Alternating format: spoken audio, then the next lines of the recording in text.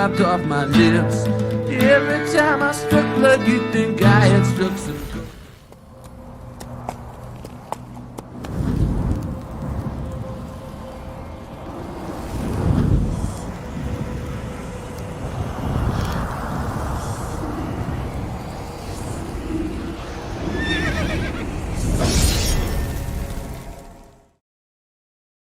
And we're live. Hello, everyone.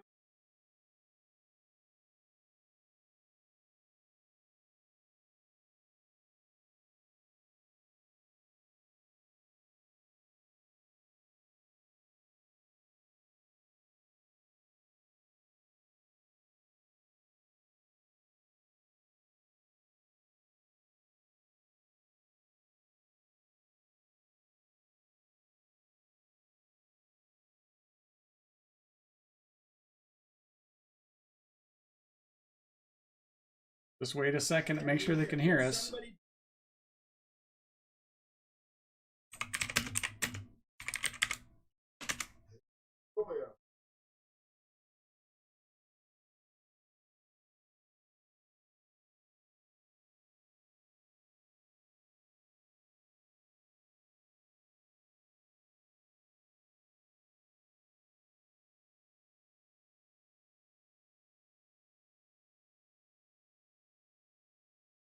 Are you crapping me?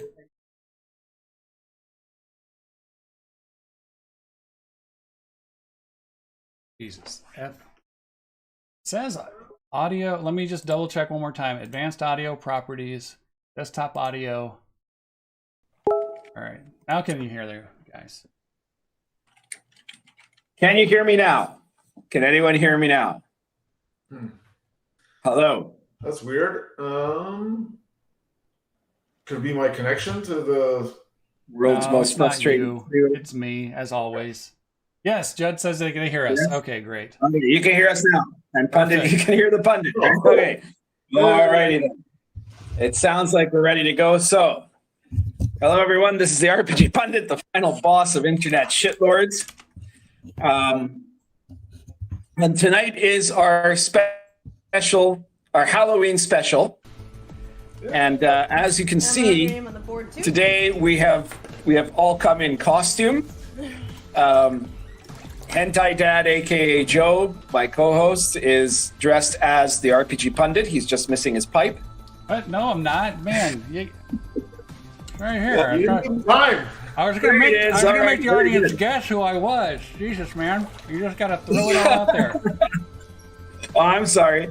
And Venger Satanus, as you can see, is we all know he's a natural doppelganger for one of the most infamous characters of the 20th century, Curly from the Three Stooges, and he's come again as Curly, impeccable impression.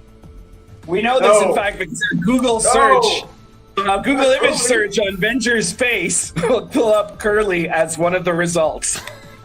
No.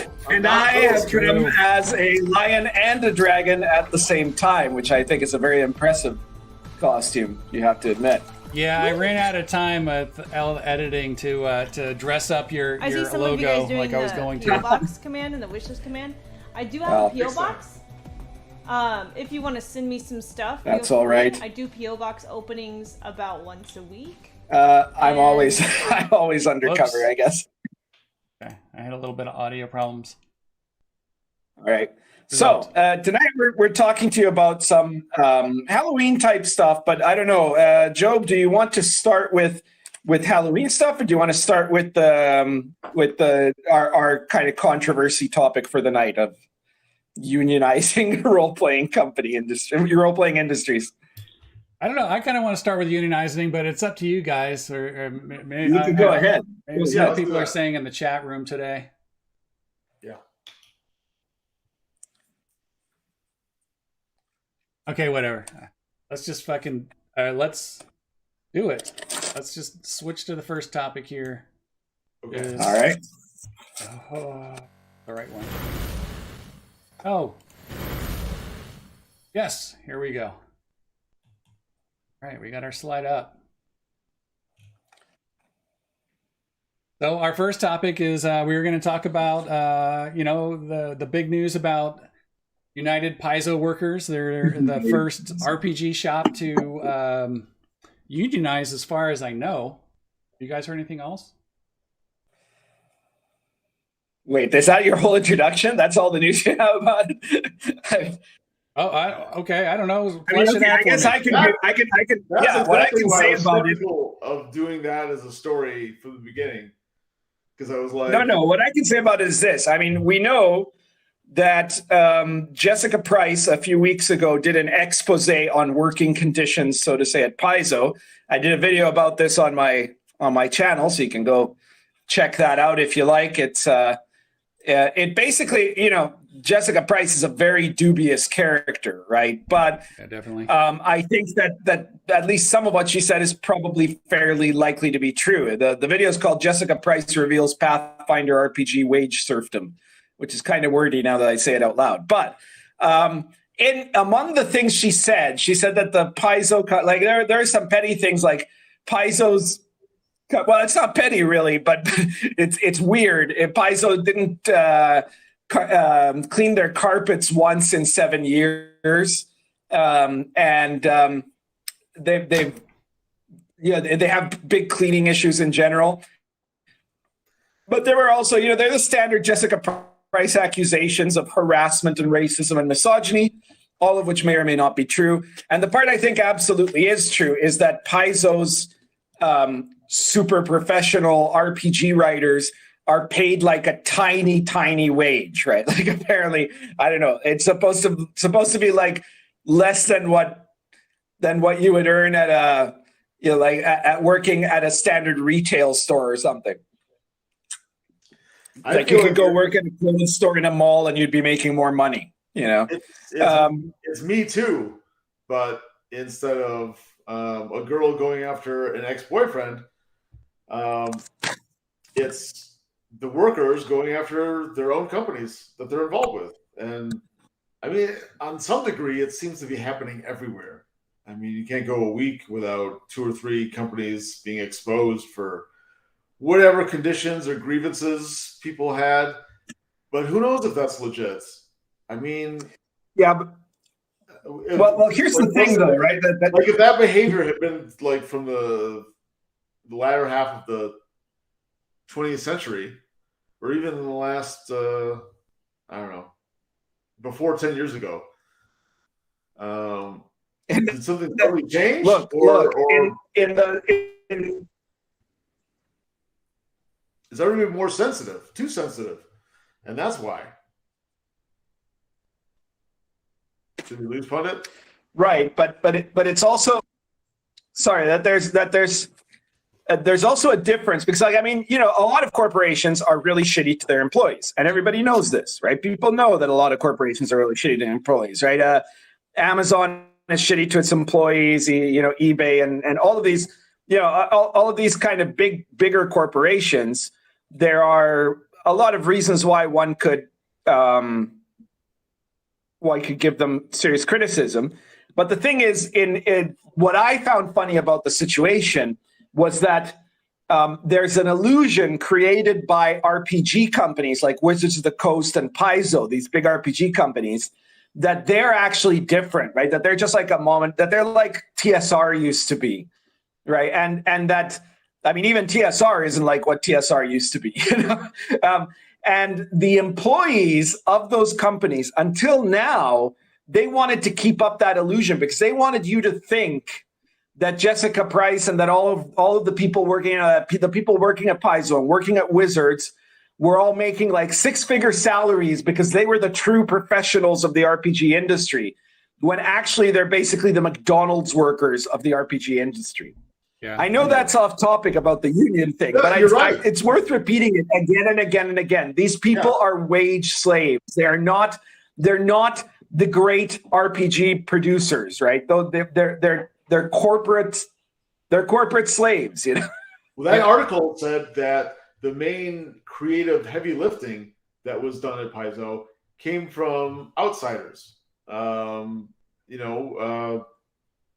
job mercenaries. Yeah, the special people they invite in, you know, like as consultants or things like that. You know?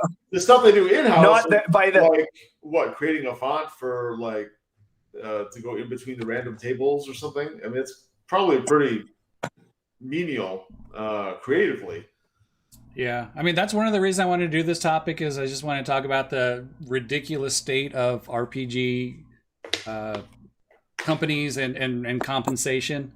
So I can't say that this was a few years ago, but I know people that, you know, have names that would be recognized in the RPG industry, and they told me what they made at Paizo. I mean, like, again, I said this is a few years back, but they were making about $60,000 to be an editor there, which is like more of the higher end, like kind of R&D type of thing, I think, at Paizo. So I mean, it's definitely, you know, falls pretty short of a six-figure salary.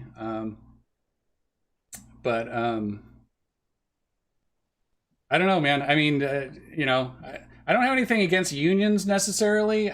You know, collective bargaining is great. You know, the RPG industries is, you know, kind of have brought this on itself. I mean, there were just like decades of exploitation.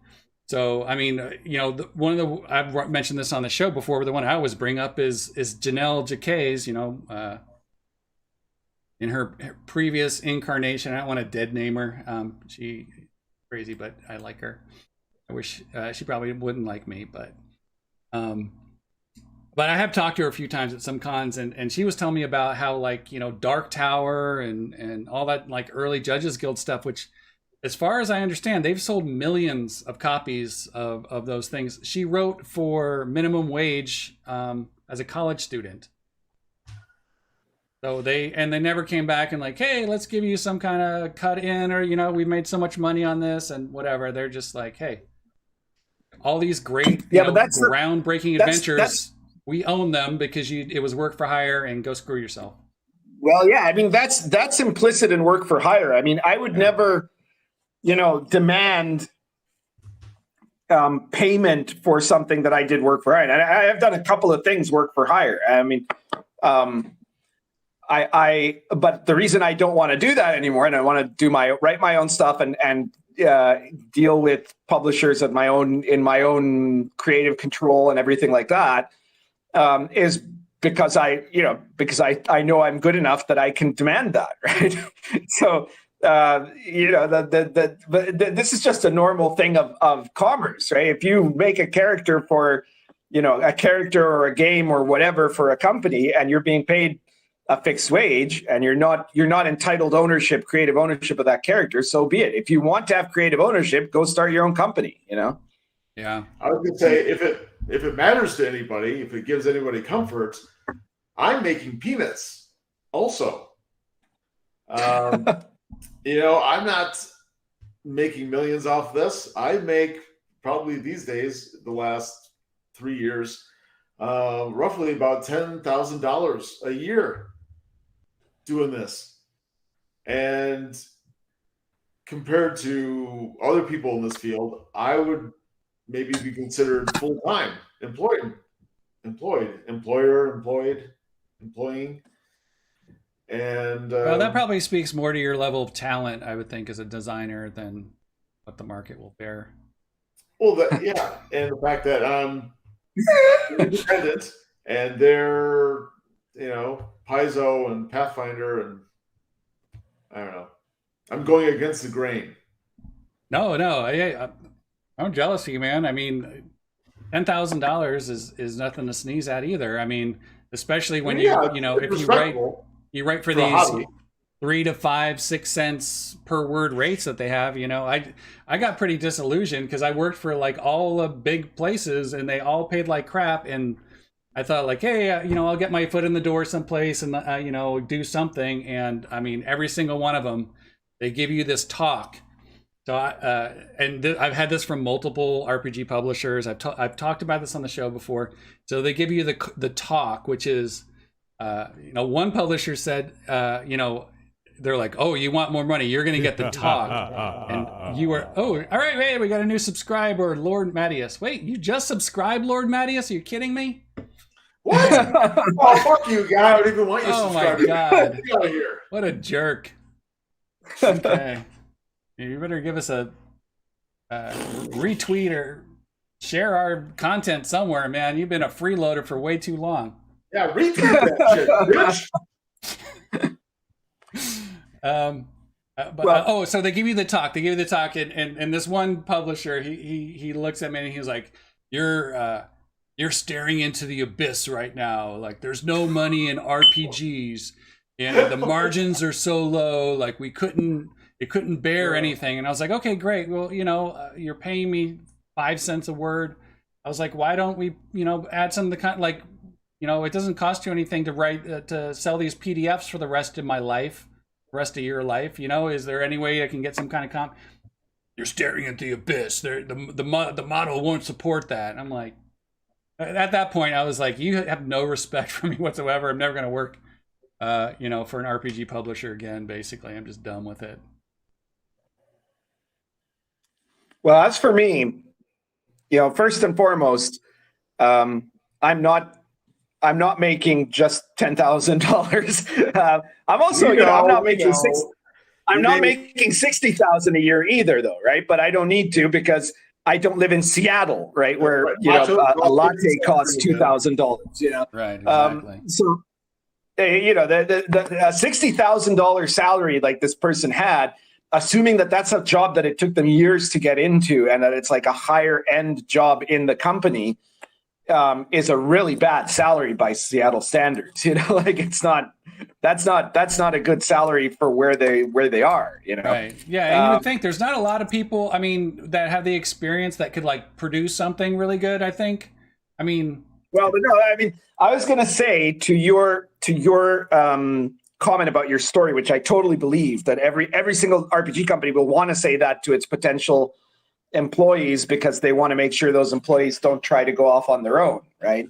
Now, that story is bullshit. Not the story, your telling of it is real, but what the guy was claiming is bullshit, right? Because if you are, the problem is you have to be a talented person. But if you're a talented person and you're willing to put in a lot of work and take certain risks, then you can succeed in RPGs. You're never going to get rich from RPGs, obviously, right? And depending on where you are and what your situation is, right? If you're a guy that has 2 cats like me, that can be okay. If you're a guy with 16 kids and a goat or something like Venger has, I presume the goat is still alive, then you might need to choose to also do some other kind of work and make this more of a side business, right? But role-playing games, you have to have talent. Sorry? I said role-playing games are my side piece. There you go. Exactly. And a profitable side piece if you're making 10 grand from them, right? That's good. But the thing is, you have to have talent, right? And you have to have discipline.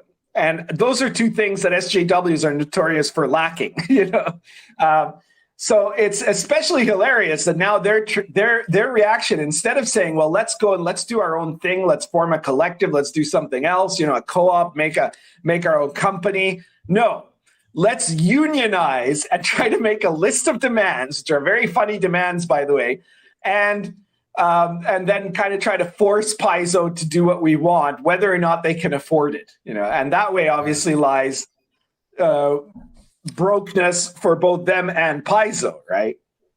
Yeah, Paizo was the king of the heap back in the 4E days when everyone abandoned ship. I don't know what their revenue's like now. They do these kind of predatory, I think, publishing practices where they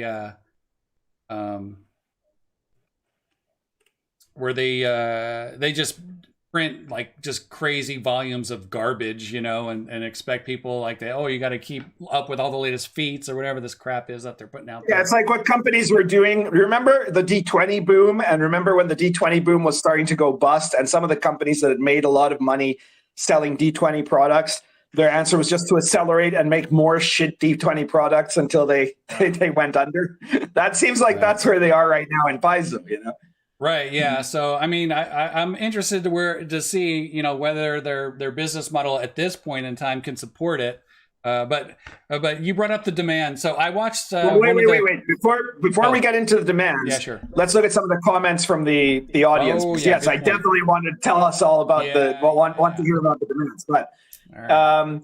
Let's see. Jager says Paizo offered $35,000 for full-time jobs in the Seattle suburb of Redmond in the last 3 years, where average monthly rent for an apartment is $1,768, is you know, almost $1,800. Crystal Fraser, after working 9 years at Paizo, left with a salary of less than $40,000. You know. So it's just, that's nuts. Seattle, I've been to Seattle. Joe, you live in Seattle. Seattle is a pricey place. You know, you can't I don't think a person can live, obviously. You can live anywhere on $30,000, but I don't think you can live very comfortably at all on $30,000 in Seattle, you know, unless you have a very, very bohemian lifestyle. Unscripted Unchained says the big umbrella union that Paizo's union is affiliated with is looking to spread membership beyond Paizo. Watch out, Wizards of the Coast. Oh, that'll be hilarious if Wizards follows suit. Oh my God. What better way for Hasbro to just say screw this and shut the entire D&D division down? Right. You know? I think every openly leftist corporation in America should have to do that. Well, yeah, you know, when you start opening yourself to all this like social justice stuff, you know, you're welcoming them in all this ideology. You know, you should walk the talk. If you're gonna push all this, you know, neo-Marxist crap, and people want to unionize, then you should accept that. But I see these people running away from it. Logical progression of your company's politics. So I mean, look at how much good it did to BuzzFeed, right? Yeah, right. Oh, wait, I got to apologize real quick to Lord Mattis because he said he was subscribed. He had issues with chat, and so he unsubscribed and resubscribed. I changed the chat, I think, to you have to be subscribed to talk to just try to influence people to join. I see. Hate you. So if you're watching this right now and you can't use the chat, subscribe, and then you'll be able to use the chat. Is that right? Yeah, basically, yeah. All right. So Jager says Paizo has more full-time employees than Wizards of the Coast D&D division, puts out 4 times the physical product of D&D per year, and does not do even close to D&D 5e sales levels. Yep. That's right. I mean, they're just not even close. Yeah. So that is a failing business product. And I warned Paizo about this when 5e came out. And I think I even did a video about it, about Pathfinder 2nd edition or something like that. It was either a video or a blog post. I don't remember. This is around the time I was getting out of blogging and into vlogging. But it's something that I saw was a really big problem. What I told them what they should have done, because Paizo was number 1 at one point in the industry when they were competing with 4E. And before and after that, they were very close number 2. But when 5E comes out, and when you see it's well done, well designed, and I knew it was well designed because I helped design it, Paizo is never going to be able to compete. It was a product, Pathfinder's a product that was successful, not because of its strengths, but because of Wizards of the Coast's weaknesses in their D&D edition at the time, 4th edition. So your answer can't be, when you're in a situation like that, to double down. You have to massively descale and become a much smaller company that makes a more niche product for a loyal fan base and maybe some new products, but at a completely lower scale. But that's very hard to do because obviously by the time you've got a big, successful, big scale company, everybody there is used to living the bigger life, right? And they don't want to go back. And so they did everything exactly wrong. And I think that right now Paizo is in a death spiral and has been for many years. You know, it's a slow death spiral for now, but when it happens, it'll start to speed up very quickly, and then it'll be a big crash. And we've seen this with other companies. We saw it. I predicted it with White Wolf when 3rd edition came out, because it was the same thing. White Wolf made its fortune off the weakness of AD&D 2nd edition. When 3rd edition came out, White Wolf started losing market share, so that they went from being, you know, like, I think at one point they had been like higher market share than second edition. And then they started going down and down. They went down like 40 to 30 to like 17%. And then they just fell apart, right? So yeah, they do the kind of the same V20 thing. And I don't want to mention the company, but there are some companies out there that are even more predatory. I don't think Paizo does this, but there's another company I'm thinking of that literally puts out multiple versions of the same module game adventures and stuff with different covers, which is a practice from comic book publishing, where that they use to, like, you know, take their most sycophantic OCD fans and make them buy 5 copies of the same module to boost their sales. It's crazy. I think most people can guess who that is. Judd Goswick says, why do these companies need creatives working in SeaTac? It's like wanting them to be in Manhattan just to do work from home. Well, Judd, the reason is because these people mostly are not creatives, right? They're mostly typists. Yeah, they're not in their job isn't to make really clever, intelligent things, because the company, what it'll have is a set of guidelines. This is what a Pathfinder product or a D&D 5 edition product has to look like. These are the things we want to highlight in our next product release. All of that isn't decided by the guys doing the writing, the guys whose names appear in the book. It's by the higher level designer people, right? And they're just typing it up and making it into something, you know, an idea into something made flesh. But the last thing you want, if you're Paizo or Wizards of the Coast, is your creative people getting creative. You know, that's not what they're there for. That's not their job. Their job is to be typing monkeys, you know. Right. Dracopol says, do the RPG pundit strategy. Go live in a foreign country, write RPGs, get paid in solid American bucks with hair on their chest. Well, yeah, to a certain extent. I mean, I can tell you this. The money I make from RPGs would definitely not give me a comfortable lifestyle in Seattle or in downtown New York or something like that. But I guess a very comfortable lifestyle here. And it probably would if I was living in any like smaller American city or, you know, in a rural area in America as well. Because of course, yeah, cost of living is different depending on where you are, right? Here, you know, my mortgage is about what would it be, about $400, something like that, right? Instead of whatever it would be in Seattle. You know? I'm in Seattle, much higher. Yeah, there you go. That's on a 3-bedroom house, right? It's not bad. The problem is you have to be able to get away with it. I see another comment that I want to comment. Not everyone can live the expat life, you know? Yeah. I see one other comment I want to comment on. I think I can talk about a little bit. Right. Lord Mattias said, serious question. What about James Raggi? What about what James Raggi does with his content creators? So I think most people know, like, there's a lot of people that publishers. Hang on, this isn't going to get X-rated, is it? No, because, you know, I'm not sure all of us want to know what Raggi does with his content creators. Yeah, no. So all right. Carry on. Sorry. Yeah, he. I think most people know that when he works with you know, writers, that he actually cuts them in on the profits, and they retain the ownership of their IP.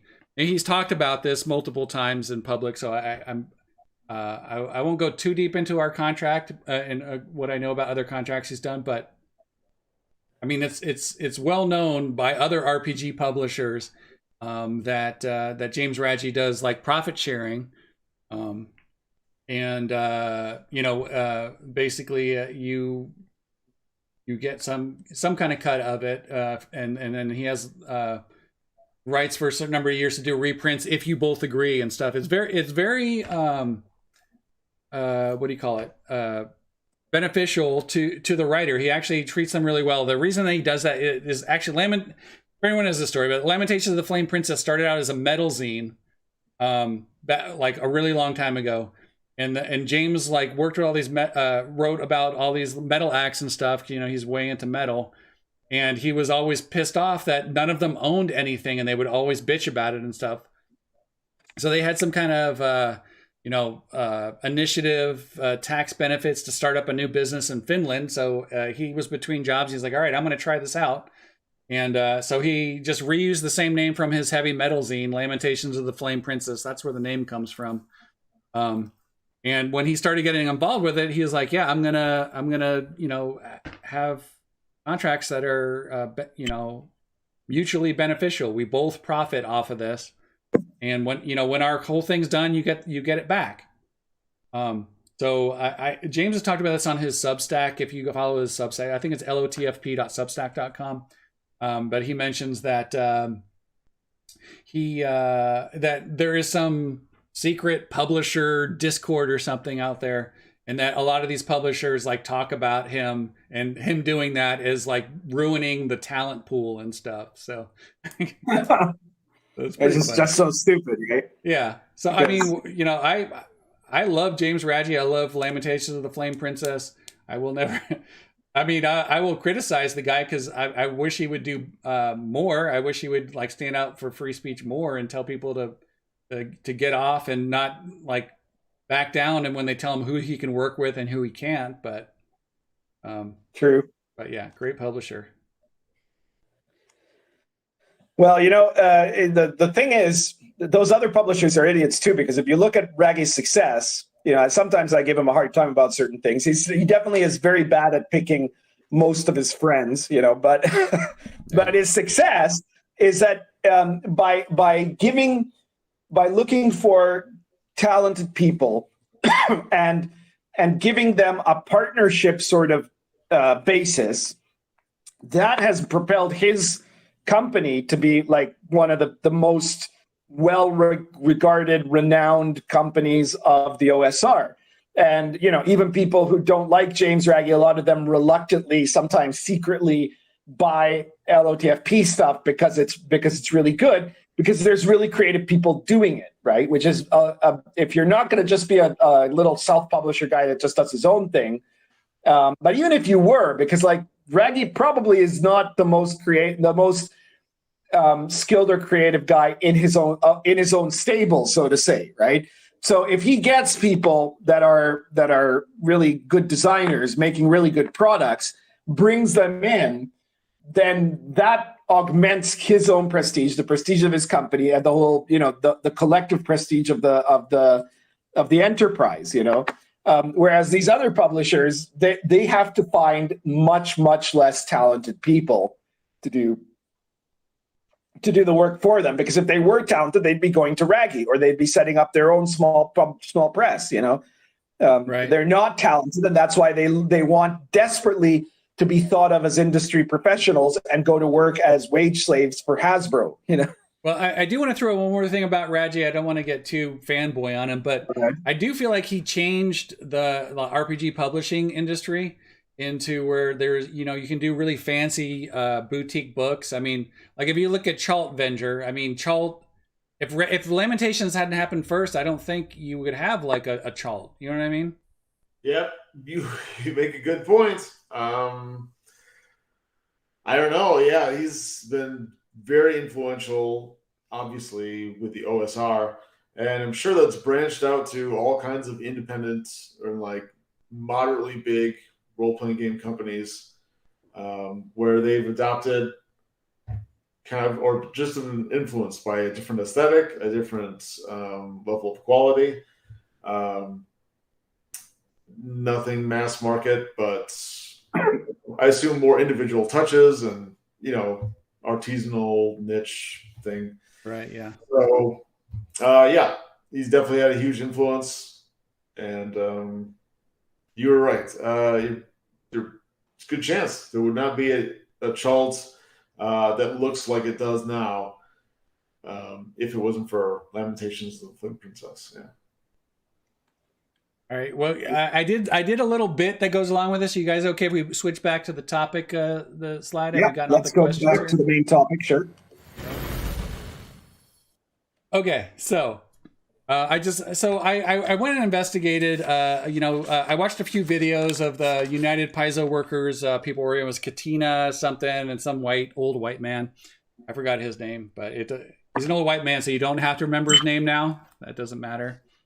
So they had a chance to talk about on I think it was Deadly D8 podcast where they were talking about their list of demands. And these were the top 3 demands. I don't know if this is their actual ones. I looked on the website. They don't really list their demands. But these were the ones that the guy brought up when he was speaking on it.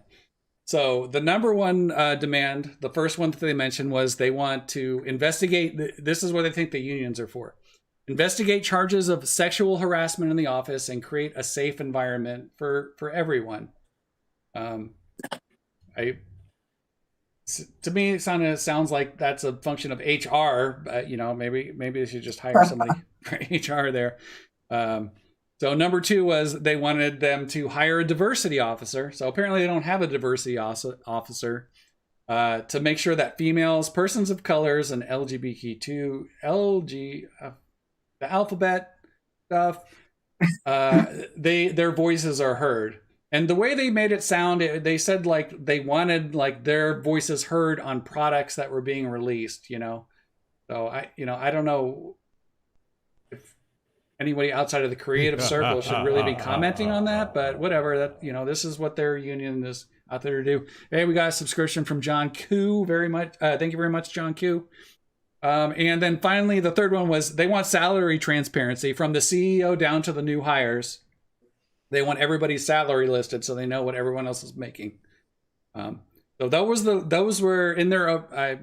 I'm paraphrasing their own words, but that was their demands. I'm sorry. What was that? What was that? Is that so they know how often they should be harassing the CEO and like following him and throwing eggs at him and milkshakes and yelling at him? I think the CEO is a woman, right? Lisa Stevens, I think, is her name. Yeah. But what's that transparency going to do? I mean, it's just either going to fill them with... Right, I don't know. So Discord. That's or, all I can think of. Or it's going to be used as, a cudgel to swat down business making decisions that is in their interest. They want to make a profit for their company. They want to make a profit for themselves. Greed is good. These are normal capitalist things, and the left treats it like it's filth. I think that the reason that they want the salary transparency is because they want to demand basically a situation where salaries are all the same, regardless of the level of talent or ability someone has, and to then be able to point out cases where salaries are not the same and complain about it, usually trying to say that, especially, like, God help Paizo if there's a man who's earning more than a woman or a white person that's earning more than a non-white person, right? Then that's their move to make the next level of assault against the company, right? Yeah. So, but it is hilarious. Right? Like the demands have nothing to do with. Yeah, well, like you'd think that they'd want to demand that the carpets get cleaned, right? The carpets haven't been cleaned once in 7 years. Not once. You'd think they'd be worried about their working conditions. Yeah, you'd think they'd demand bigger salaries, or something. But no, I mean maybe they are. I'm sure they are demanding bigger salaries, but I hope my children can one day work in an office, and the biggest problem that they have is that they need the carpets to be cleaned. Okay, so I'm hoping this unionized movement spreads. Here comes my bit, guys. Okay, I'm hoping the unionized movement spreads. So I made some interesting little logos for some of the other RPG publishers out there. So we got the United. Okay, Bill Maher, go ahead. Let's see the other logos. Paizo workers out there. And then I got the Unionized Goodman Games. So, as we all know, Goodman Games is on the yellow or red list. I can't remember. Do you pundit on the RPG site? I think yellow. I think Goodman is yellow, yeah. Yeah. So they pushed a lot of wokeness out there. I've talked a little bit about my travails with Joseph Goodman. He's definitely not somebody who deals with creators fairly, as far as I'm concerned, and work with me fairly. So I told him I can kiss my ass. So we got the Unionize Goodman games there. I'm sure that's going to be really popular with like all the woke people that have taken over the DCC scene. And then we have Kobold Press. Got Kobold Press Minions United. Get out there, Kobold. The Minions. That's what he calls them. The people that work for him. So there's some more subtle, putting his workers in the place by calling them minions. Shut up and write the words. And Kobold Press, very famous. I've actually been meaning to dig this out. Very famous for bragging about how he never pays his creators less than a penny a word. And that was a bragging point for him in the 4E days of his Gen Con freelancer talks. So we know Wolfgang Bauer is, pretty dedicated to this. And Kobold Press is pretty far left. And he can't seem to spell my goddamn name correctly in the book, even though I've emailed him multiple times. And in the Tome of Beasts. So pretty sure he's spelling my name wrong just to be a jerk. And then we have Wizards of the Coasts. We got the Wizards Workers United. So anyway, if any workers from these companies want to reach out, I will supply the Photoshop files and some PNGs, etc., with some new logos that you can help start recruiting workers in your company. I'm done now. Okay. End rant. Very good. I mean, did you have anything else to add about this topic? No, I just wanted to get through my thing. I was asking Venger. Yeah. The one thing I guess was you brought up the 7-year carpet dirtiness.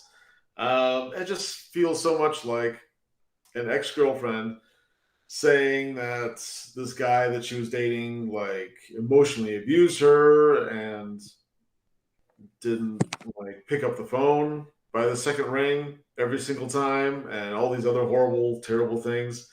And also, his mom's ugly, and also he uses dog shampoo, or she'll just do like some little dig to make him look bad to some people, just to be a bitch. And I don't know, it just seems like that's what a lot of these workers seem like. I don't know if they're actually experiencing abuse or like real bad stuff, or if it's just kind of mostly in their head. I don't know what to make of that. So, all right, let's turn it back to the chat room one last time in case someone wants to talk about something before we move on. Has anyone got a question here? Yeah, I got a final comment after that, but that's okay. fine. So we got here. Oh crap! Man. I guess the chat room was on fire because I don't recognize anything on here. Oh, f you, Jager. Okay, let's look at their logo. I don't know. He's saying how many. Vesuvius says, I have no idea why RPG companies just don't pick the cheapest places on Earth to do their thing. They don't even need to be co-located with the consultants or their writers, etc. Yes, that's true. But it's the same reason why a lot of companies that have certain types of cultures are based in California or in New York or in San Francisco or Seattle, right?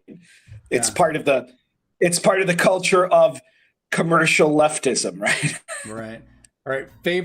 Favored viewer, Emery Colomé. I will always remember her for him or her. I'm not sure. I don't know your pronouns. I'm sorry. For I think giving us the biggest parts. The thing Super where they chat. give you the money. Super chat ever. Okay, so she says, what I'd like to know, if Paizo refused, would they have black bloc arson in the next day and people surrounding their homes? How much is the result of negotiation and naivete, and how much is thugs? I don't think anyone cares enough to do that kind of a thing. So I don't think they're scared of that. Other than everybody in their office is probably black bloc, just because it's Seattle, and that's yeah. I don't think the threat is Antifa violence. The threat is being massively attacked on Twitter. All right, so God, I'm missing some context here, but what happens when Calvin DeJordy says, what happens when they find out CEOs of gaming companies like Paizo probably make negative money? Yeah, I mean, we were talking about that earlier. It's now I was saying that they could pay creators more. I totally believe that. I also think there isn't a huge pot of money coming into a lot of these companies. At least now, I mean, Paizo, they had the spigots full on, the fire hose shooting into their bank accounts, back in the 4E days. I'm sure that's tapered off quite a bit now. But I'm sure it's not, it's not nothing either. It's probably significant. But whatever. They made their bed, they can lie in it. Job a communist. That is such imagery. No, I was just, I'm just trying to help out my fellow comrades. Not a communist at all. Okay, I don't know. Is there any serious questions? Everyone's just bagging on people here. We forgot Evil Haberdashers Local 101. I was thinking about it, Judd. I just ran out of time. I couldn't make an Evil Hat one. Iron Tepley says Zach. I don't know what that means. Chungus, are Pundit, are you gonna dress up Chungus and Meatball in costume? That's a funny question, right? Bill the Elf from my DCC campaign, he has, you may know, those of you who are real fans of the DCC campaign might know he has a pair of French bulldogs, and he likes to put them in little outfits and dress them up and stuff like that. It's just really funny if you know the guy, because like a few years ago, he hated all animals, and then he got a girlfriend with one French bulldog, and then they got a second one together, and now he dotes on them like he was a single 40-year-old female secretary or something. But I don't have that kind of relationship with Chungus and Meatball. We're all like very independent entities, and they get cuddles and they get fed and stuff like that. But I don't like to. I wouldn't go around dressing them up. And cats are very, very hard to dress up, anyways. They tend not to like it. Dogs seem to like it sometimes when you do that to them, right? Or at least they stand it because they're so servile, right? The cats are not like that. Though I do have a friend recently who got herself a cat. A Persian cat, like the typical, fancy little Persian cat. And she's gotten to having him wearing a little collar and tie. And I just don't know. I don't know how she could have trained that, because believe me, neither Chungus nor Meatball would stand for that bullshit if I even tried it. So no, they're not going to get any costumes. Okay, you guys ready to move on? I mean, we have a couple questions, but I feel like we should kind of move on. You guys want to go to your shill streams? Yeah. Well, hang on 1 second, because I want to make one final kind of comment about this, which is like the funny thing, the irony of all of this is that that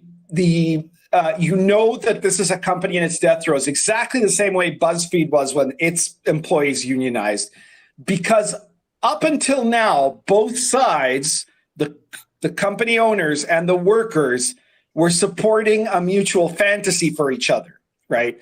The company was supporting the fantasy that they were like an important and creative force of making products that were really high quality products, and that they were all just like really creative people.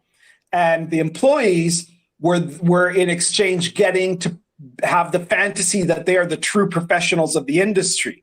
And all of this has basically undone that. And that's only going to happen when the situation is clearly so bad that, that there's no longer, you can't even keep up appearances anymore. So this is a pretty good sign as far as, if you're not a big fan of the big establishment companies of RPG products and are more of a fan of indie small press RPGs, specifically the OSR, we're laughing about this. It's great. Right, exactly. Okay, so let's move on to the shill portion of the show. All right, your stuff's up, Pundit. Now I still have best silver seller up there for Invisible College, but did it graduate from that yet?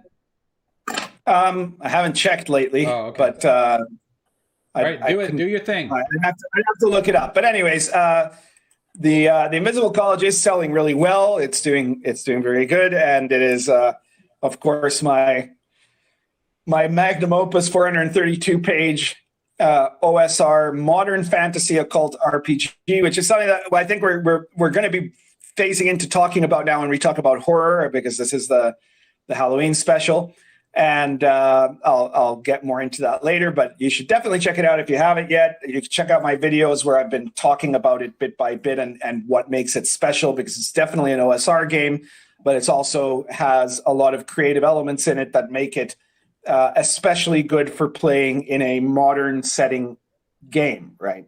Lion and Dragon, I do know Lion and Dragon has graduated. It's now a platinum bestseller, so it's doing spectacularly well, even now after so many years. It's doing great. And be sure to check out my RPG Pundit Presents series. The latest issue is out. It's issue 106, which is called Perils of the Sunken Skyship. It's gonzo/weird fantasy adventure, which, you can use it in the World of the Last Sun, or another one of my great books, or you can use it in any kind of a weird fantasy setting. The characters in the game, in the adventure, go off on an epic quest across desert and into oceans to seek out treasure from a sunken high-tech ship, and along the way face all kinds of perils, including the deadly Octo Bear. So this October, get your players fighting Octo Bears with the RPG Pundit Presents number 106. Finally, I want to mention that my current project, my Crusades and Silk Road book, is effectively, at least in the first draft is effectively done, and I'm shopping around. Speaking about working with publishers, I'm shopping around for publishers. So if you are an RPG publisher, if you've made an RPG product, you don't have to be a famous publisher, you don't have to be a big publisher. Obviously, I would like it if you were a good publisher, but you can show me that by giving me a look at what you've made so far, and you can hook up. And as I said, that's a really good way. If you end up publishing one of my books, it brings a lot of attention to your company, as long as you're willing to take some of the bullshit from the SJW camp. All of my publishers are still publishing, and they're all doing better after they published me than before. So those are that's a very good sign, a very good promotion for anyone who would want to work with me. And if you're interested, just send me a message, either in the live chat or on, or if not right now, then send me a message on my Twitter or MeWe or on the RPG site. And let me know, and we'll get in touch and talk about it. I'm shopping around, and you'll know I'll be done shopping around when I announce who my publisher is. But I'm still considering a variety of options at the moment. So I'm open to hearing more. Give me your pitch. That's everything from me. Who's next? All right, Venger. Okay. Yordi. The big thing is I've got a new Kickstarter running right now. It's for book 3 of the Chalt trilogy. It's called Chalt Chartreuse Shadows. It's going to contain the last 2 volumes that are just PDFs, Saving Chalt and Chalt After Dark. And then the rest of the book is going to be this giant mega dungeon that's like these tunnels and caves beneath the surface, and that's gonna sort of mirror the Black Pyramid, because that was the mega dungeon in book 1. This is the mega dungeon in book 3. You have similarities in the fact that it's eldritch, gonzo, science fantasy, post-apocalypse, just like everything else on Chult, but more so in the mega dungeons. And it's gonna be very different because the Black Pyramid is kind of unique and special and like kind of outside the norm, whereas Crimson Irixam, which is the name of the new mega dungeon, in some ways it's very much of a traditional format, because you have different caves connected by tunnels, and there's stairs down, and then there's that again and another level. So go to the Kickstarter, back Chartreuse Shadows, and make my dreams come true. We have book 3, which would be really cool because, the Chalt series and campaign setting is awesome. I love it, and I want to complete the trilogy. Okay. Okay, so I'm up.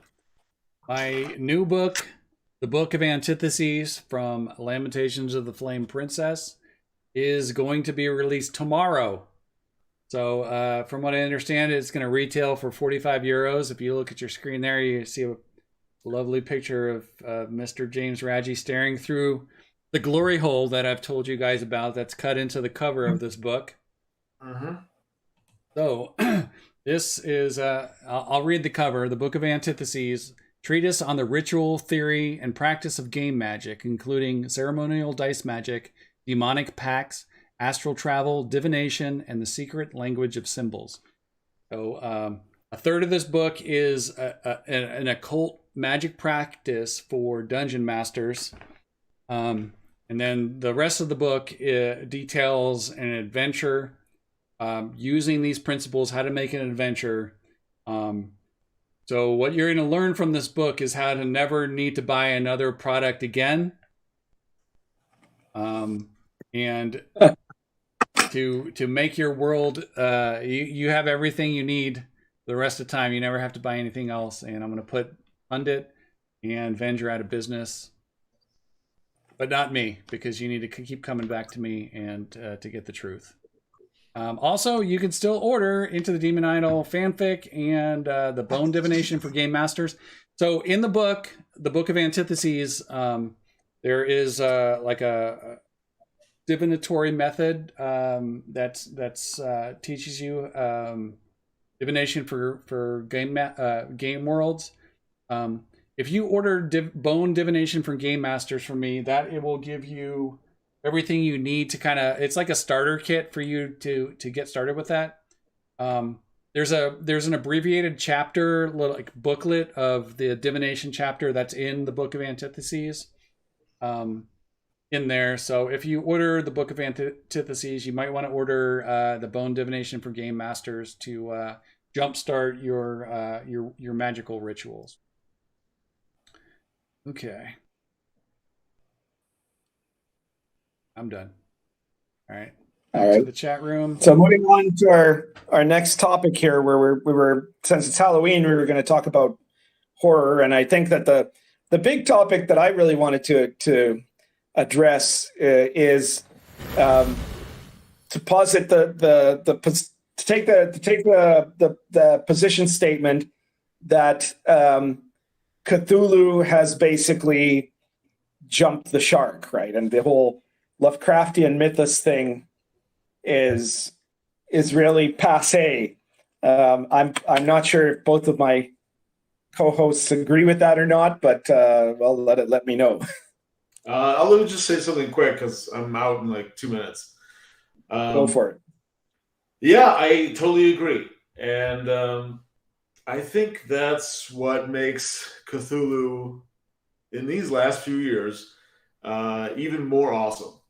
Because it's so jump the shark that it's just ripe for Gonzo, because it's no longer like this cool, sacred, untouchable thing that like you and only a few other people know about. It's so ubiquitous and so everywhere, influenced everything, that most people, probably most pretentious people, just instantly shy away, like, ew, Lovecraft and Cthulhu, don't even talk to me about those, things of the peasantry. I think that just gives it more power. I just talked to someone about like chaos magic, postmodern magic, sigil magic, things like that. And I don't know. I think that relates. I lost my train of thought. You've lost your train of thought.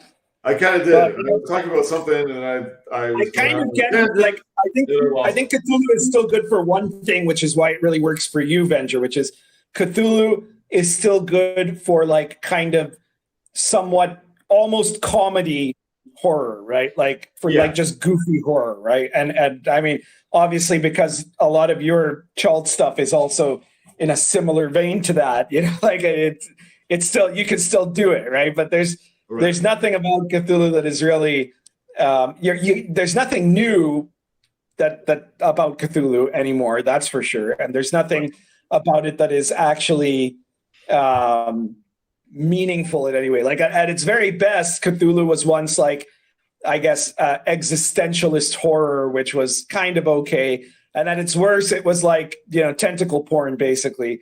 And now it's like a bad, like, Cal Arts cartoon tentacle porn or something like that, you know? Right. And it's like, you can only look at it in, like, Adventure Time sort of style. Like, yeah.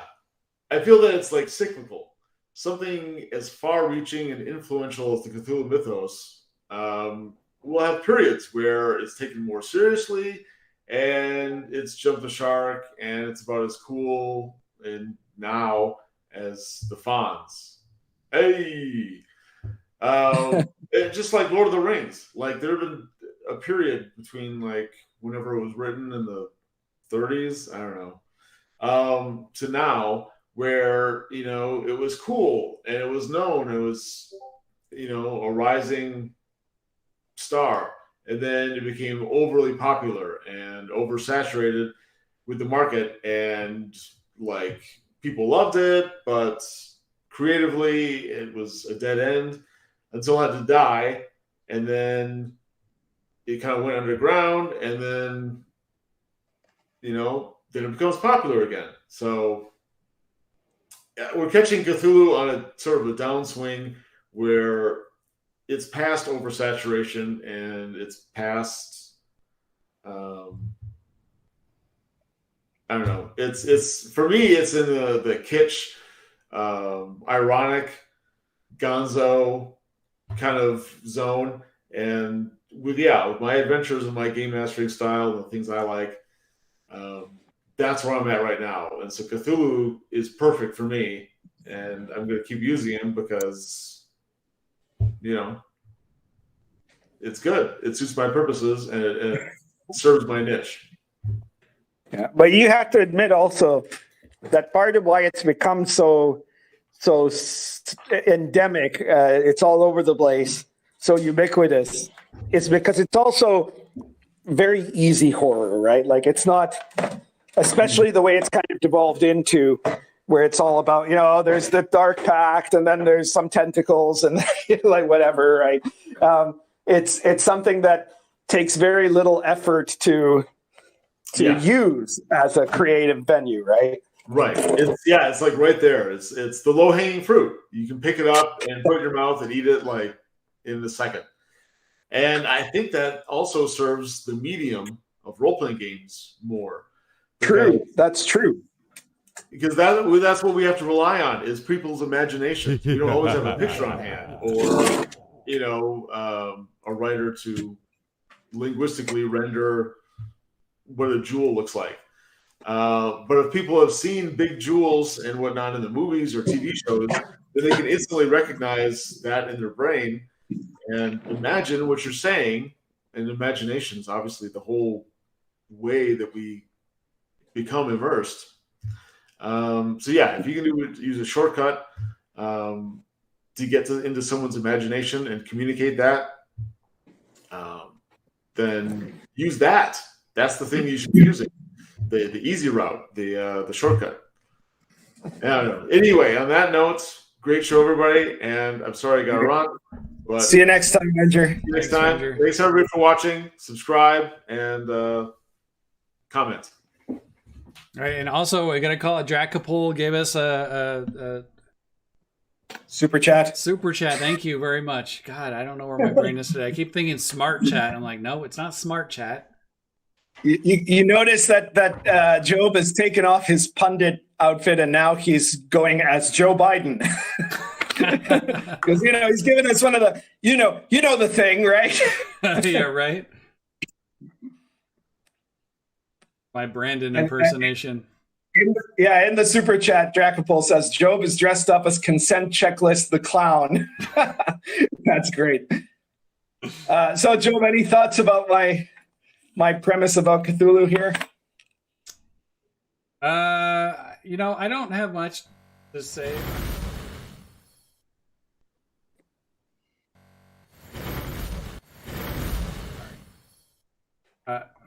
Wait, sorry. I'm going back to the chat room.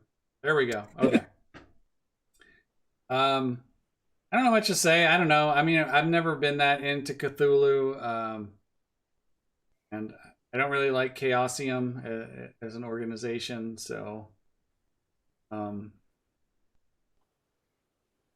don't follow them enough. I mean, if you're saying that the products now are coming out and they're like CalArts kind of garbage, then that's definitely not something that I would be interested in. Yeah, I wasn't talking specifically about Chaosium. Chaosium's products nowadays are mostly woke garbage, from what I understand. But I was talking about the genre as a whole, right? About Cthulhu style horror being used in media in general, but including in RPGs, right? A lot of times when an RPG game wants to do something scary, in quotes, they just have something that, if it's not literally from the Lovecraft mythos, it's basically just Lovecraft mythos no-name brand, right? And it's kind of boring at this point, I think. So yeah, it's played out. I agree. Some new stuff. From the live chat, we've got Malachi's Mercurial Musing says, no wonder Call of Cthulhu is #1 in Japan because of the tentacle porn, I guess. Probably.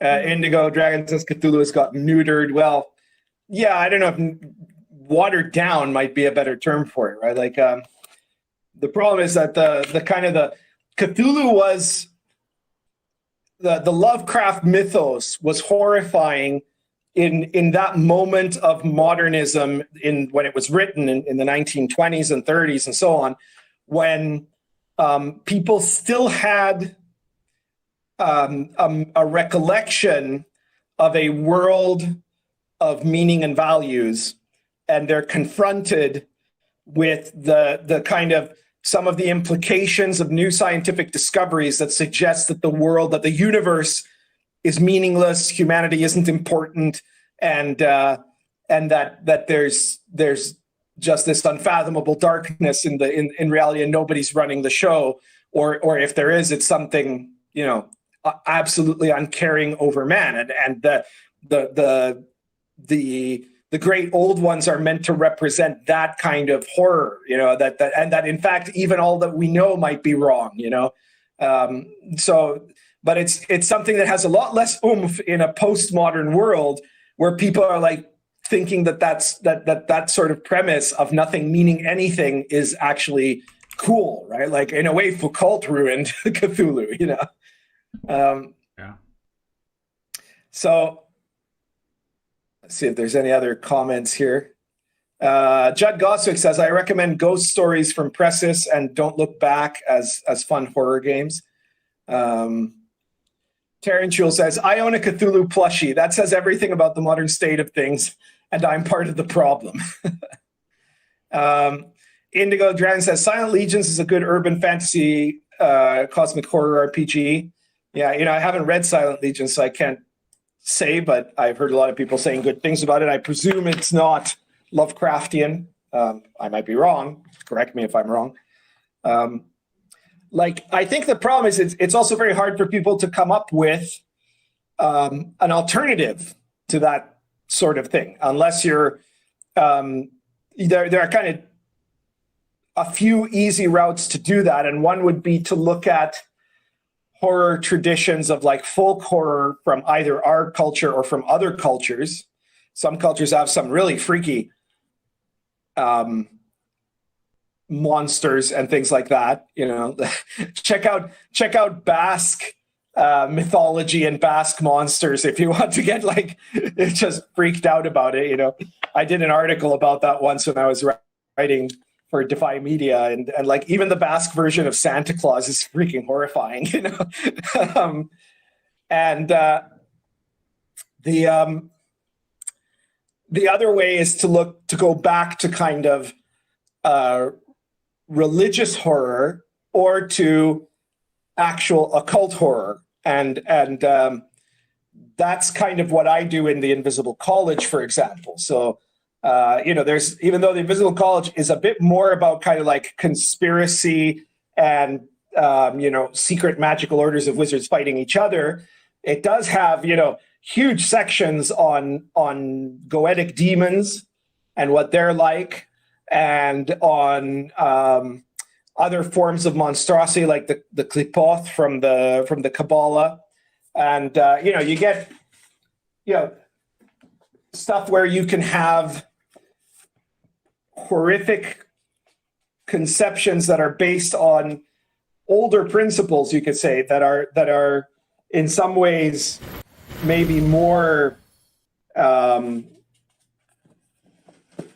more interesting, for sure, just because they've been kind of put aside by the Cthulhu mania of the last several decades.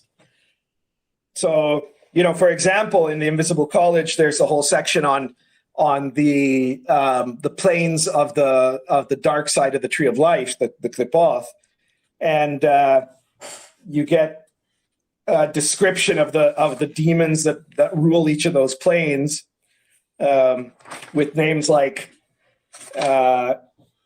Gamaliel, who is known as the obscene ass, Samael, the false accuser, Zarak, the raven of dispersion, and the realms that they govern over, you know. So the dark side of Yesod is the realm of Gehenna, a realm of smoke filled with garbage and filth, where the lusty are punished in perverse ways. The dark side of Hod is the realm known as the Gates of Death, a place where sinners are amassed in a court of judgment ruled over by Samael, surrounded by red-hot rocks. The realm of Netzach is known as the Shadow of Death, which is a place of constant darkness illuminated only by glimmering lights of streams of volcanic magma, where sinners are punished for their greed and covetousness by demons that look like giant ravens with the heads of men. You know, and having those kind of more old school, in a way, encounters of horrific things can definitely give you, like, if you're a DM and you've run scary adventures for your players for maybe years or decades, and it's always been, you know, oh, it's a Shoggoth again, right? Having like, even like, if you look at the biblical sources, even angels are freaking terrifying, right? They're made of like wheels of eyes and dozens of wings, and they have swords coming out of their mouths and stuff like that, you know? Like, I think there's a lot more that you can work from there, not to mention some of the other stuff that came out of like occult concepts. Like, you know, there was this group that was sort of connected to the Nazis that had this magical artifact supposedly called the Tepaphone, which was, if the order would concentrate upon it, it could kill someone from any distance, you know. Or, you know, in one of the villain groups in the Invisible College are the Nemites, who they want to bring about a utopia and unite humanity by transforming humanity mentally and physically into a race of basically insect creatures. You know, this is a group that actually, you know, it's based on a group that actually exists. You know, so stuff like that is, I think, in some ways a lot more interesting for horror than doing the standard, you know, gate to the beyond, and then there's a tentacle being. You know. Yeah, we fought and destroyed those insect beings in our Invisible College campaign. That's right, and they were tough, right? Yeah. All right. And not to mention that in many ways, the best horror is really human horror, right? The horror of someone who succumbs to their own darkness, and when you combine that with like occult concepts, whether it's medieval authentic stuff, like look at my Cults of Chaos book, and it's full of stuff about the nature of sinister cults, of magical corruption done from having pacts with forces of chaos, and it's all stuff that comes out of medieval sources, and it's really way more interesting, at least to me. Like from the stories of what witches and idolaters and things like that did. It gives it a totally different look than like the crazy Cthulhu cultist for the 15th time. Yeah. I have delved at one point into trying to do kind of Lovecraftian horror. So the one who watches from below is definitely like that. That's what I was shooting for when I did that one. You read that before, right, Pundit? Yes. Maybe you reviewed it. So I would recommend everybody pirate it. It's pretty easy to pirate. Just search for One Who Watches from Below in PDF, because I get no money from any sales, so I don't give a crap. So either pirate it or shoplift it from the Goodman Games booth at the next con you go to. They don't pay a lot of attention when you're browsing. So just steal it and then tell me about it. I will send you a free product. Some more comments from the Peanut Gallery here. Malachi's Mercurium Musing says, what about Beyond the Supernatural? Well, Beyond the Supernatural is good because they have some stuff in there that is similar, but it's not, it's very clearly not just Lovecraft, but it does have some stuff that takes out, that it comes from other traditions, like horror stories from other traditions. And it's well crafted, I think.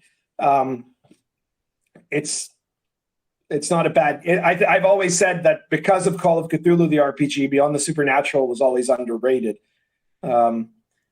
Centrifugal Issues says our society is the horror that the Cthulhu mythos hinted at. Yeah, well, and more so every day. You're right. Yeah, agree with that one.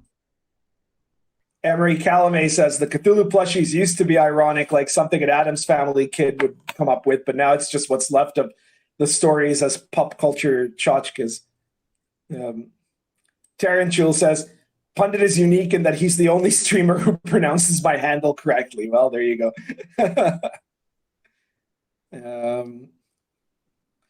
Indigo Dragon says, Silent Legions doesn't use the Lovecraft mythos, but has the tools for you to make your own mythos. Well, that's good. Yeah.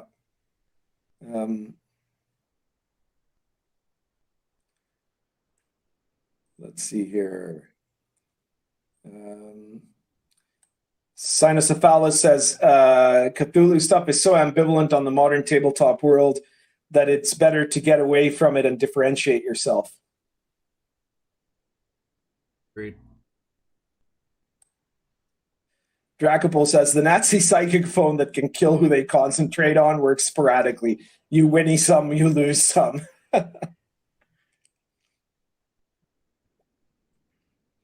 Rob Couture says Millennium, X-Files, Twin Peaks, and True Detective can be good sources for investigative horror. First season of True Detective, yeah.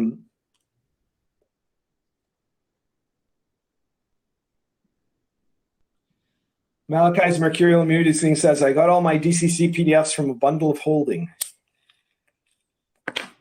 All right. Okay. I recommend you just pirate everything Goodman Games because they suck. Yeah, well, good job getting us demonetized there.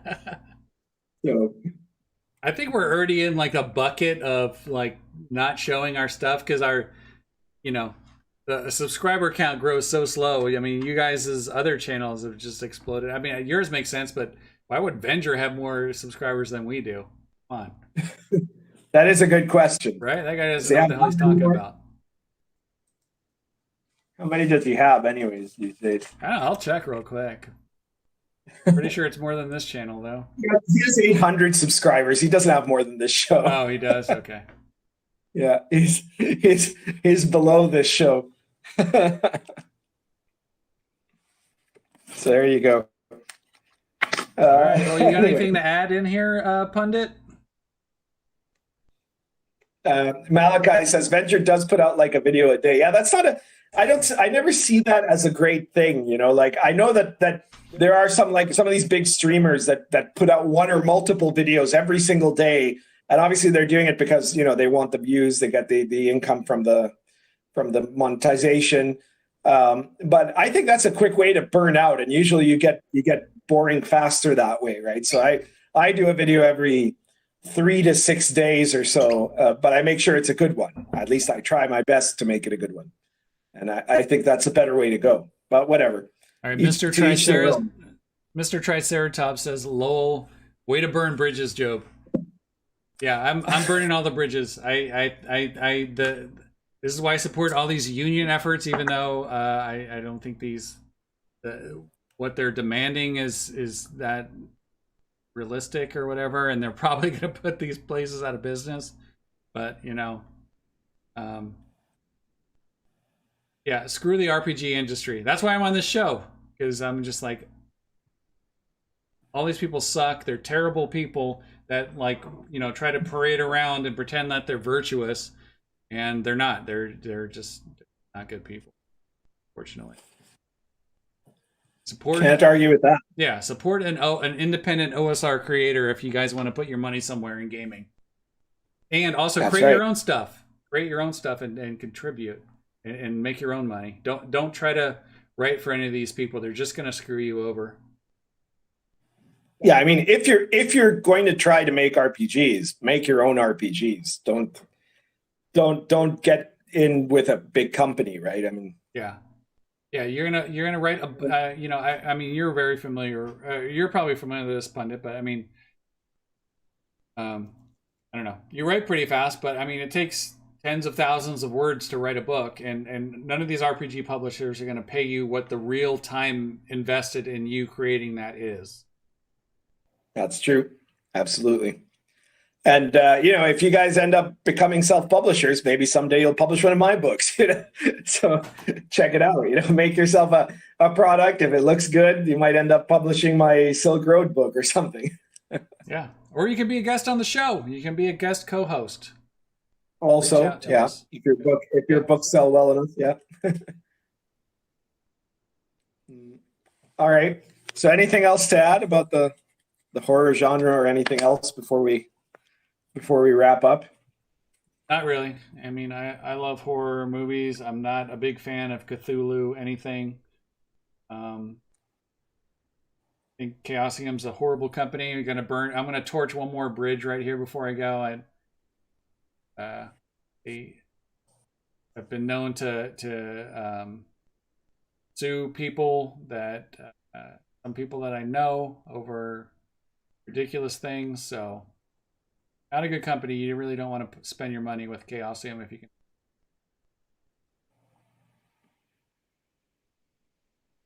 Yeah. Well, I mean, that's the case with any of the bigger companies, right? Like, I mean, in almost all those cases, you don't want to work with them, right? Yeah. That's if you've got something creative to do, like, you want to work with them if you're an okay technical writer, but you're not especially creative and you don't care about whether your ideas are the ones being written about or not.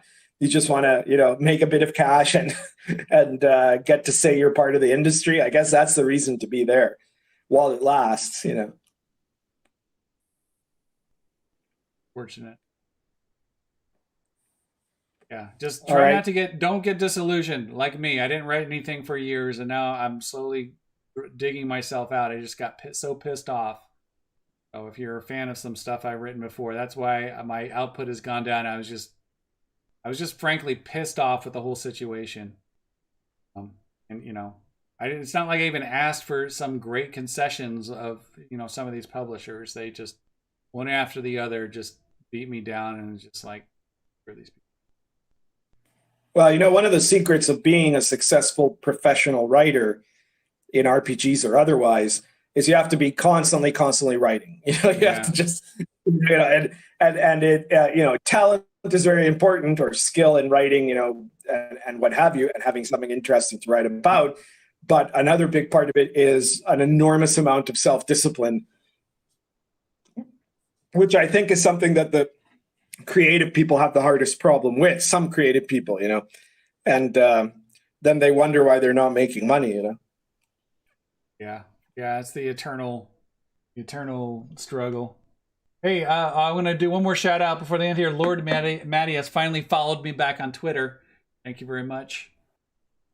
Very nice. Anybody who follows me from the show, do it soon. I always follow people back. I don't really care about social media, so I just kind of lurk and I look for topics to talk about. So I don't say too much. Yeah, there's a lot of people I enjoy reading their stuff. Like, God, he was in here earlier.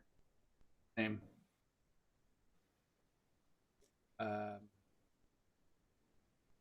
Rob Couture. I like reading his tweets. He always has interesting things. Oh yeah, for sure. Yeah. All right. So our next show is going to be, barring any unexpected circumstances, the 14th of November. In 4 weeks, as usual. 14. So be sure. Yeah. Wow. Okay. All right. That'll work. So be sure to check us out in 4 weeks. I don't know what we're going to do yet. We might have a guest star. We might not. We might do something else. Yeah, I think it's about time we had a guest again. Yeah, we can have another guest next time. We'll see who we get, but let's try to get. I'm going to try a couple people, all these people that always fink out, but I think I would really try to. I would love to get Jim Ward back on. He was I would say the best guest that's ever been on the show. He's a great guy. Yeah, I love that. Yeah, Evil DM. Well, you know, Malachi, I don't know if you saw, but just a little while ago, I was a guest star on the Evil DMs show. Mm-hmm. So I hope you didn't miss that. It was Unscripted Evil number 9. Check it out on the Evil DMs channel. The question was, what if D&D disappeared tomorrow? It's a very interesting 2-hour live stream with them. So that's good. And I promise Unscripted and Unchained that I'm going to be on his channel at some point. We'll see when. Yeah, maybe we'll get the Evil DM again. I don't know. We'll see. We'll see who we get, if we get someone.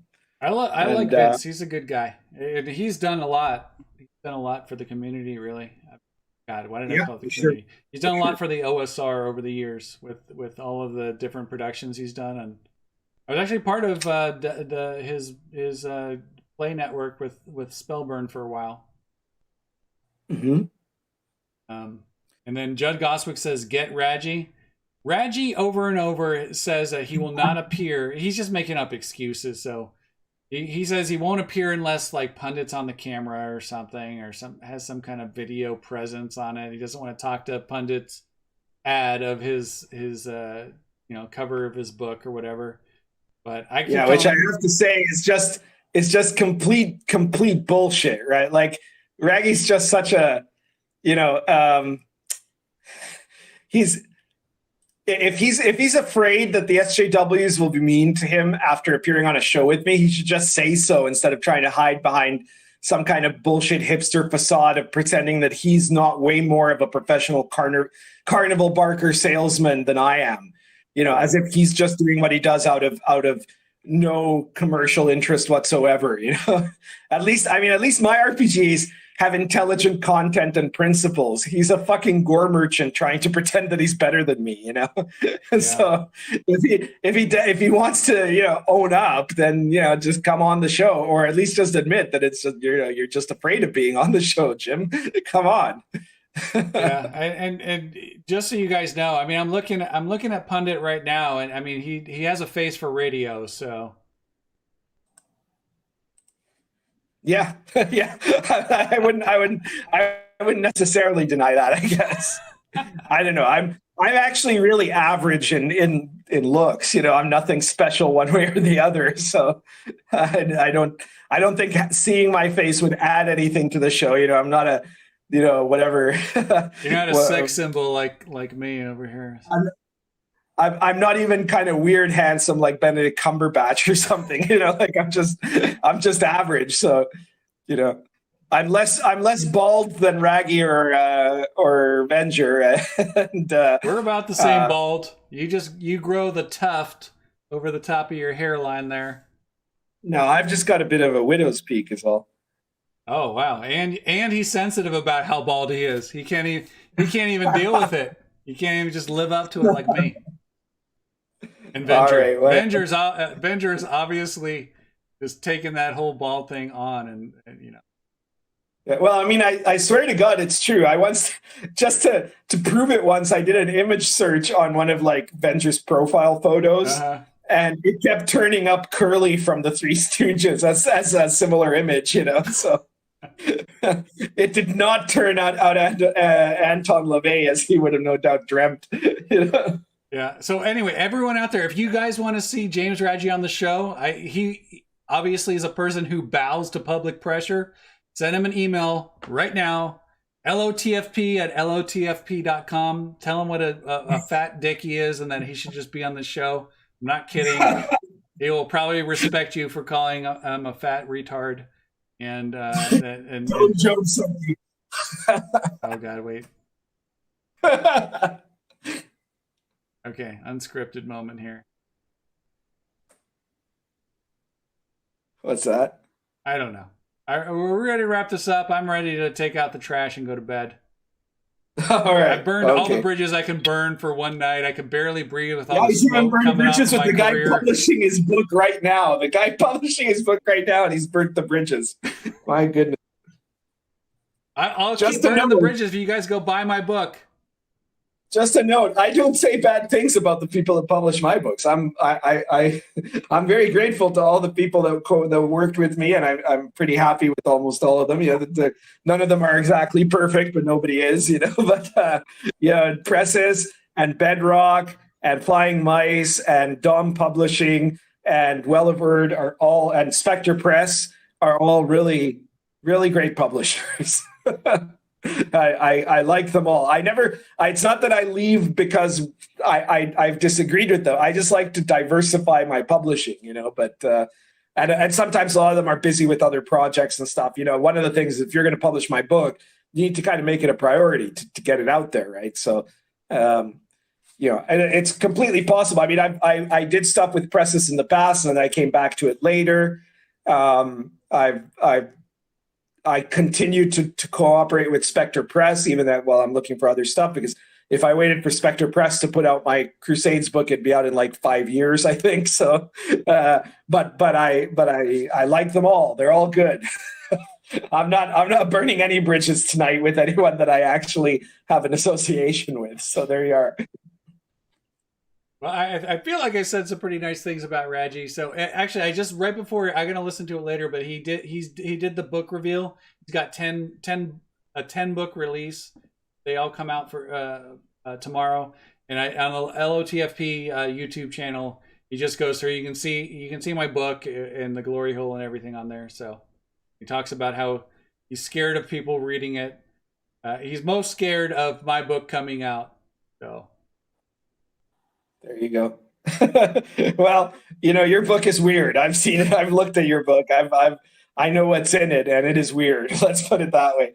And I hope nobody buys it under the impression that it's different than what the cover says it is, because it's not a book it's not a book to game with. It's a meta book, you know, like it's I mean, I guess there's an adventure in it, but it's weird. It's weird. It's weird stuff. It's weird. If you want a book about real world occultism in the form of an actual RPG, buy The Invisible College, right? If you want a book full of Job's crazy chaos magic ideas, well, buy Job's crazy chaos magic book. You know, that's only kind of an RPG as an incidental effect, you know? Well, someone's got to try. No one's ever done it before. just because no one's ever done it before doesn't mean it has to be tried, really. Like, I think we're taking two different approaches here. I want people to learn about real world occultism through a game, I guess you could say, to know more about it. I'm not saying I want anybody to become an occultist because they bought the Invisible College, but that they'll know what it looks like in real life, at least, and without having to do any real occultism. There's no real occultism that you do in the Invisible College, right? But there's tons of information about it. In fact, as a guide to the occult, I think the Invisible College is much more complete than your book is, except that it doesn't have any. It doesn't tell you, the player, or you, the DM, to do anything, any actual magic, right? Your book is about telling DMs how to do stuff especially from weirdo avant-garde chaos magic as part of their DMing or playing. Okay, I wish you really well with that. Thank you. Well, it's supposed to be an on-ramp for people to if they read that, then they were like, oh, I want to learn more about this. I want to get into it. That's the angle I'm coming from. Like I summarize some knowledge that you can learn about, and hopefully those people, want to improve themselves, and they start reading about this stuff. Lord Mateus says, I think Job's book is the new Necronomicon. You don't summon Cthulhu, you summon Job. Well, what do you think the hole in the front of the cover is for? Yeah, that's how you summon me.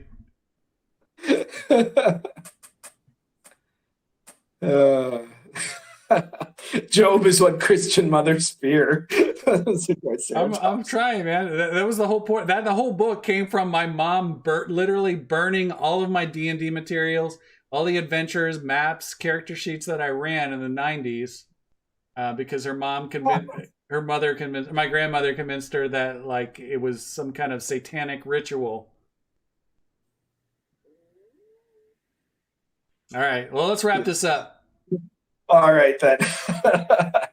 So check us out next time. Thank you, everybody, for coming. Remember to subscribe if you haven't subscribed. Share this video everywhere.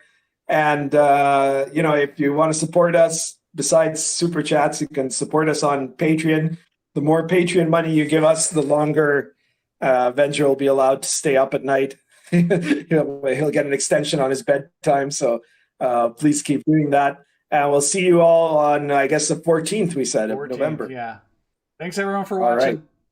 Great time. Take care, guys. Thanks for all your questions and your Super Chats.